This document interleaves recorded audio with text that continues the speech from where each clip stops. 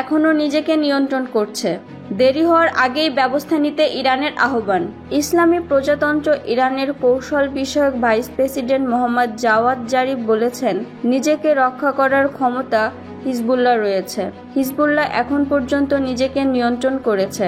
হিজবুল্লাহর সংযমের অবস্থান থেকে সরে যাওয়ার আগেই আন্তর্জাতিক সম্প্রদায়ের উচিত হস্তক্ষেপ করা, কারণ দেরি হয়ে গেলে পরিস্থিতি আর নিয়ন্ত্রণ করা সম্ভব হবে না। মার্কিন টিভি চ্যানেল সিএনএনকে দেয়া এক সাক্ষাৎকারে তিনি একথা বলেন। ইরান কি ইহুদিবাদী ইসরায়েল এবং লেবাননের হিজবুল্লাহর মধ্যে যুদ্ধে নিজেকে পুরোপুরি জড়াবে?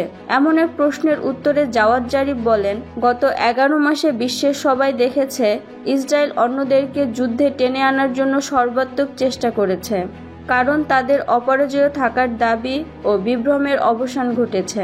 তিনি আরও বলেন, ইহুদিবাদীরা ভেবেছিল সহিংসতা, বর্বরতা, যুদ্ধাপরাধ এবং মানবতার বিরুদ্ধে অপরাধের মাধ্যমে তারা নিজেকে অপরাজেয় হিসাবে প্রতিষ্ঠা করতে পারবে। তারা এও ভেবেছিল যে আমেরিকা সহ অন্যদেরকে যুদ্ধে টেনে এনে পরিস্থিতির পরিবর্তন ঘটাতে পারবে।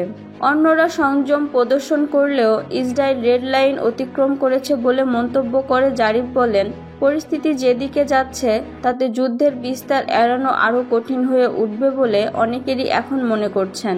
তাই ইসরায়েলের পক্ষ থেকে যে উত্তেজনা ছড়ানো হচ্ছে তা বন্ধে আন্তর্জাতিক সম্প্রদায়ের পক্ষ থেকে জরুরিভাবে সর্বশক্তি দিয়ে সম্ভাব্য সবকিছু করতে হবে।